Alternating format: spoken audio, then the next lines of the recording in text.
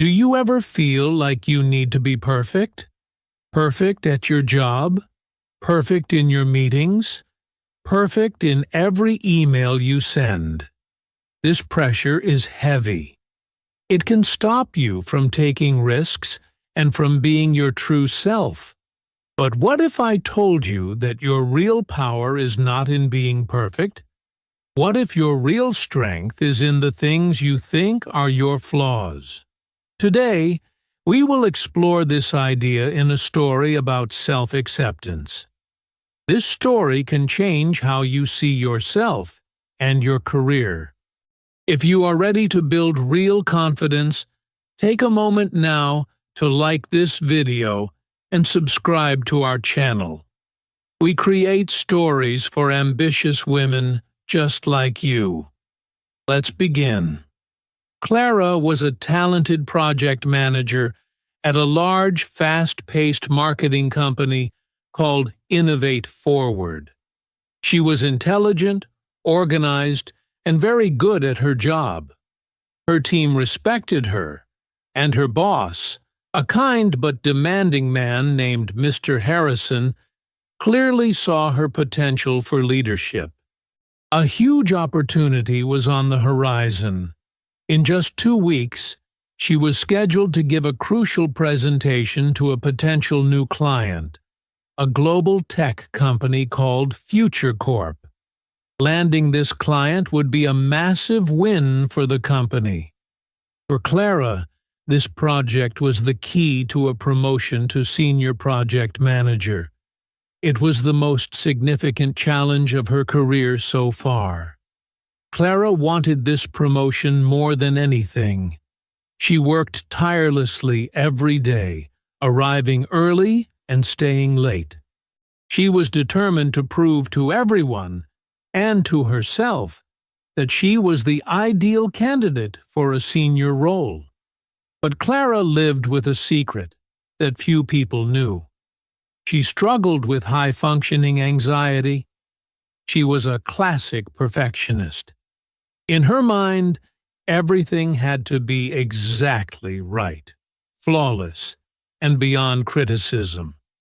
A tiny mistake, like a typo in an internal memo, felt like a monumental failure. This way of thinking was mentally and emotionally exhausting. She would reread and rewrite her emails 10 or 15 times before pressing send. She often stayed at the office hours after everyone else had gone home, just to double-check every small detail of her work. She was constantly worried about what other people, especially her superiors, thought of her. She imagined them judging her for any small error. And there was one more thing, a deeper source of her insecurity. When Clara was a young girl, she fell from a tree and got a small, thin scar on her left cheek. It was not very noticeable.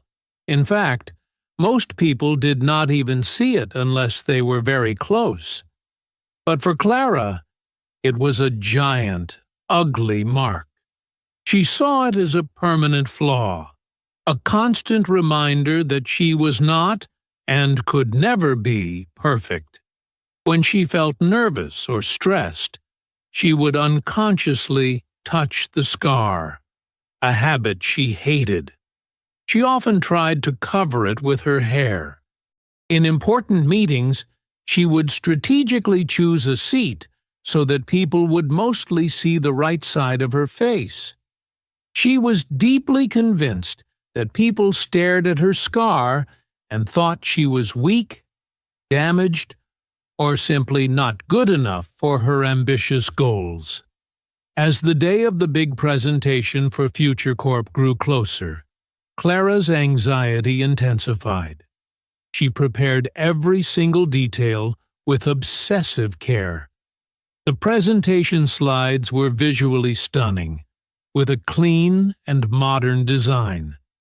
The data she had collected was perfect and supported every point she planned to make. She knew exactly what she wanted to say and how she wanted to say it. She practiced her speech for hours and hours in front of a mirror in her apartment. But no matter how much she practiced, she did not feel confident. Instead, she felt more and more nervous. A knot of fear was always in her stomach. Every time she looked in the mirror to practice, her eyes were drawn to the scar. The same negative thought played over and over in her mind. The clients from Future Corp will see this ugly scar. They won't listen to my ideas. They won't see my hard work. They will only see my imperfection. This single thought became a dark cloud that followed her everywhere. The week before the presentation, her team organized a practice meeting. The goal was to give Clara feedback and help her prepare. Clara presented her slides to her team members. They were all very impressed. "This is brilliant, Clara," said Tom, a talented graphic designer on her team. "The strategy is solid, and the data is very convincing." Maria, another colleague, added, "You know this material so well. They are going to love it." But Clara couldn't feel their positive energy. She was focused on one small mistake she made during the practice. At one point, she said a number from a chart was 35% when it was actually 34%. She corrected herself in less than a second, but for Clara, the mistake was a catastrophe. It felt like a sign that she was going to fail. After the meeting, while her team was celebrating a successful practice, Clara felt a deep sense of dread. She was completely sure the real presentation would be a disaster. Later that same day, she went to the office kitchen to get some water. Her mind was racing with negative thoughts. A woman was in the kitchen preparing a cup of tea. The woman's name was Evelyn. Evelyn was a senior director at the company, in charge of the entire creative department. She was widely respected, admired, and incredibly successful. Everyone said she was a brilliant and inspiring leader. Evelyn had a warm, calming presence and a friendly smile. Clara always felt a little intimidated by Evelyn because of her important position, but she also noticed that Evelyn was always kind and approachable to everyone, from the interns to the other directors. Evelyn noticed Clara's worried expression. "Is everything all right, Clara?" she asked in a soft, gentle voice. "You look like you have the weight of the world on your shoulders." Clara was startled. She didn't expect Evelyn to notice her, let alone speak to her. She didn't know what to say. "Oh, it's nothing, really. Just a busy week," Clara mumbled, looking down at the floor. Evelyn smiled knowingly. "Is it about the big Future Corp presentation? I heard you are leading it." "That is a fantastic and well-deserved opportunity." Clara nodded, still avoiding eye contact. "Yes, it is, but I am very nervous. I am terrified that I will make a mistake and ruin everything." Evelyn slowly stirred her tea. She looked at Clara with kind, understanding eyes. "Perfection is a very heavy bag to carry, don't you think?" she said calmly. "When I was your age, I also tried to be perfect. I truly believed it was the only way to be successful in this business." Clara looked up, her curiosity stronger than her shyness. It was impossible to imagine that the calm, confident Evelyn was ever not sure of herself. Evelyn continued her story.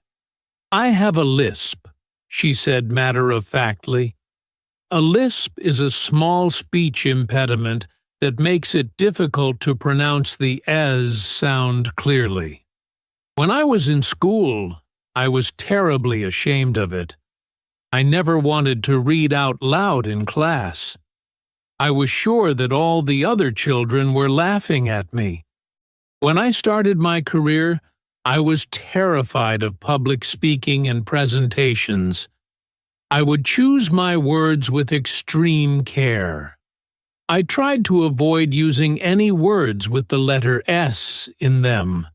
Can you imagine how exhausting that was? I spent more time thinking about the words I used than the ideas I was sharing." Clara listened with complete attention.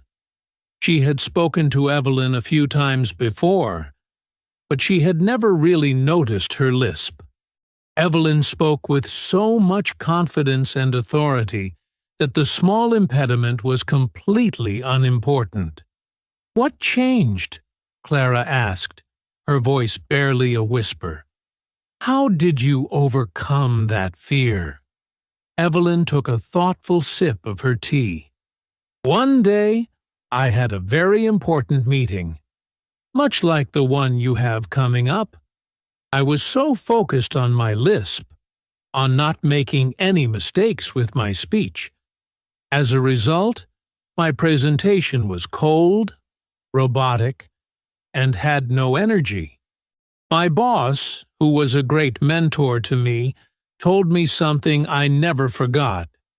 He said, 'Evelyn, the information was perfect, but we didn't feel any passion from you.' I was devastated, but I knew he was right. I understood in that moment that I was hiding. And when you hide a part of yourself, you accidentally hide your best parts too. You hide your energy, your enthusiasm, your passion, your unique voice." This idea was a revelation for Clara. Hiding a part of yourself also hides your best parts. What do you think about this idea from Evelyn? Is there something you feel you have to hide at work to be seen as professional? Share your thoughts and experiences in the comments below. We can learn so much from each other's stories. Evelyn looked at Clara with a warm and encouraging gaze. "After that day, I made a conscious decision," she said. "I decided to stop hiding. My lisp was a part of who I was. It was not going to magically disappear. So, I had to accept it. In my very next presentation, I was incredibly nervous. My heart was pounding. But before I started, I took a deep breath and I told myself, 'These people are here to listen to your ideas, not to judge your as sounds.' I decided to focus all my energy on my message, on my passion for the project. I spoke with energy and excitement. And you know what happened? People listened.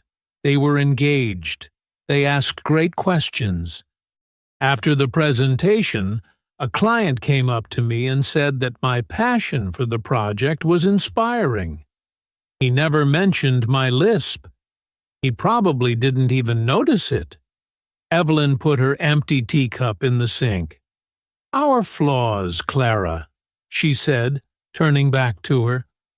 "Our so-called imperfections. We think they are our biggest weaknesses. But they are not. They are what make us human. They make us real and relatable. When we finally accept them, we become more powerful, not less. We become authentic. And people don't truly connect with robotic perfection. They connect with real, authentic people. Your scar does not make you weak, Clara.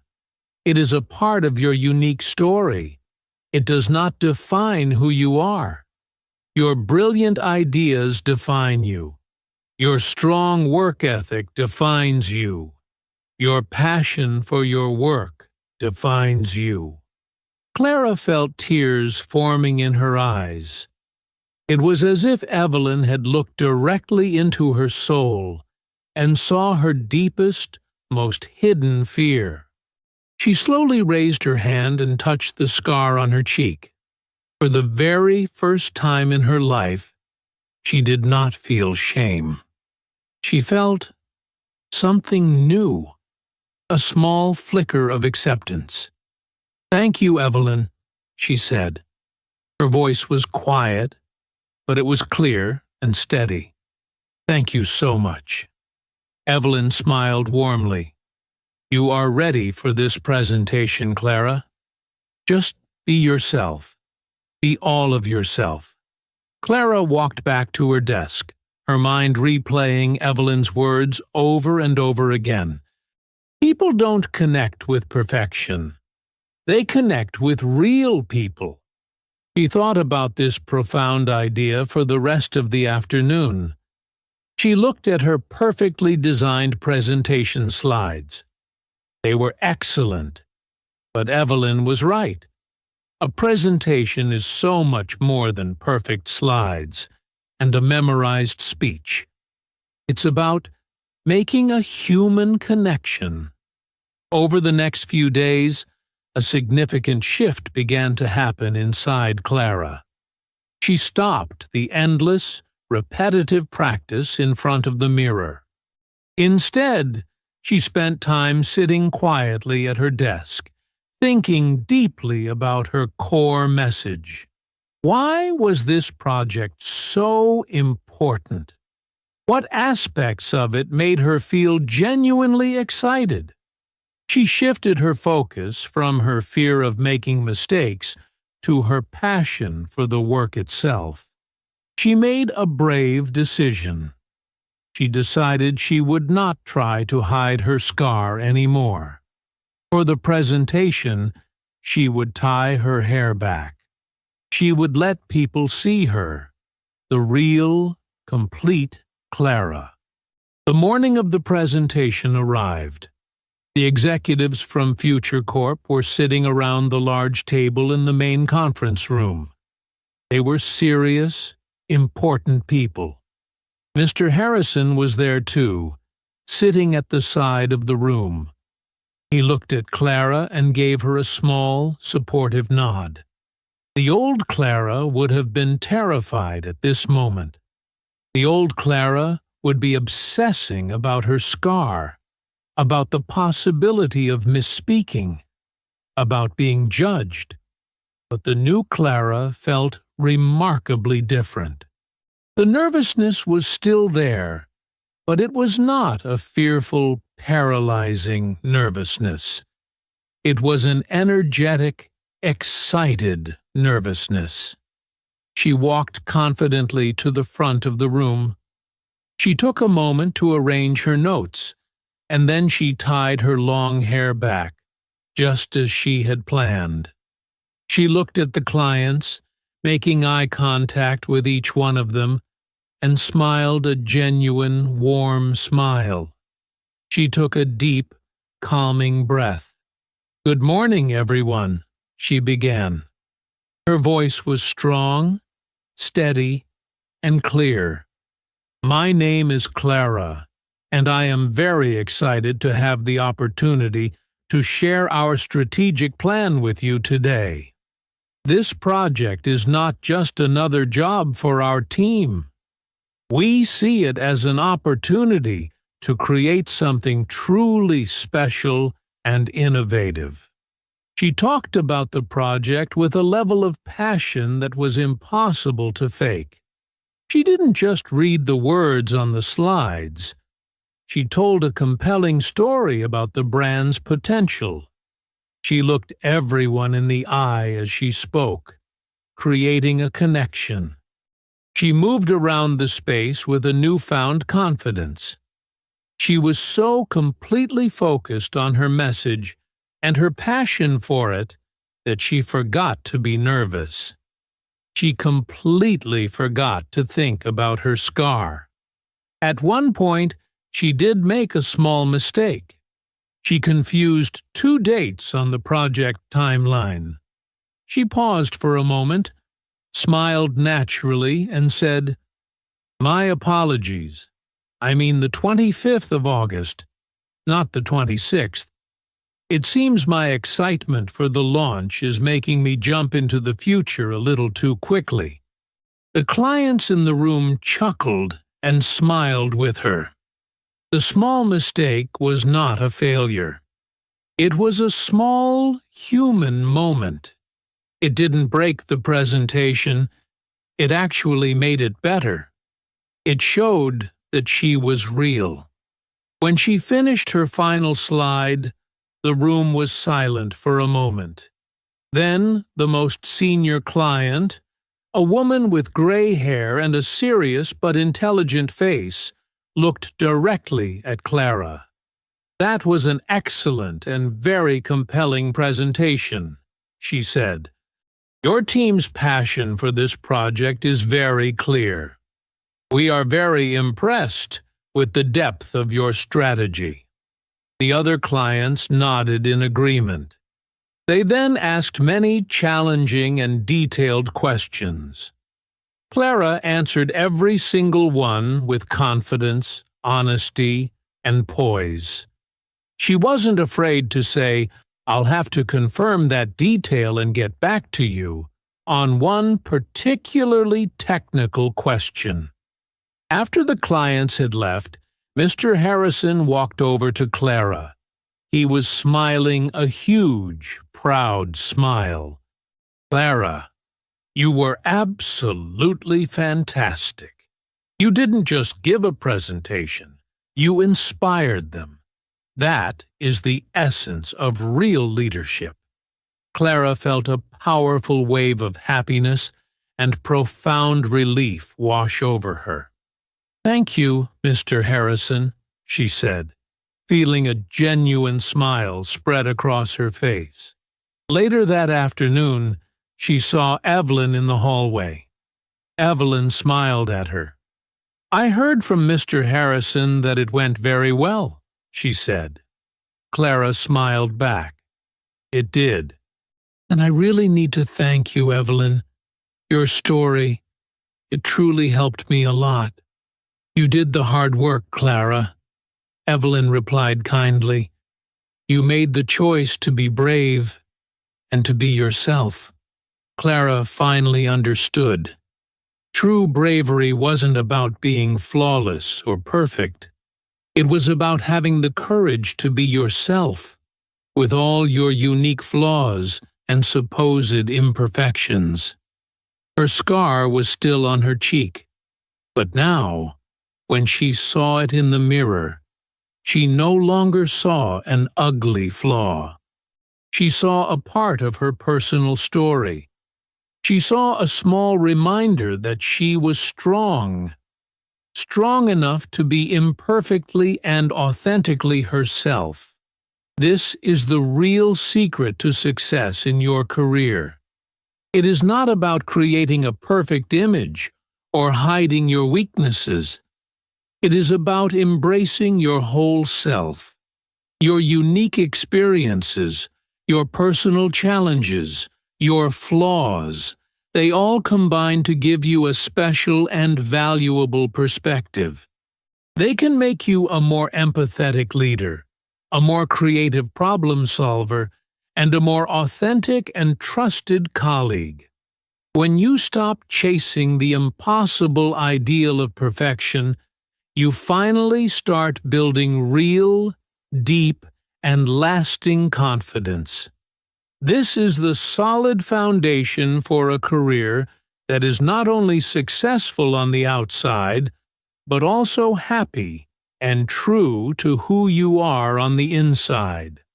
So, the next time you feel that immense pressure to be perfect, remember Clara's story. Remember that your imperfections are not your enemy. They are a fundamental part of your strength. Embrace them. Own them. And then watch how your career and your life can change in the most beautiful ways. Thank you for joining us for this story. If you want more powerful strategies and inspiring stories to help you build the career you truly deserve, make sure you are subscribed to the channel. We are here to support you on your amazing journey. And this is English Unshackled.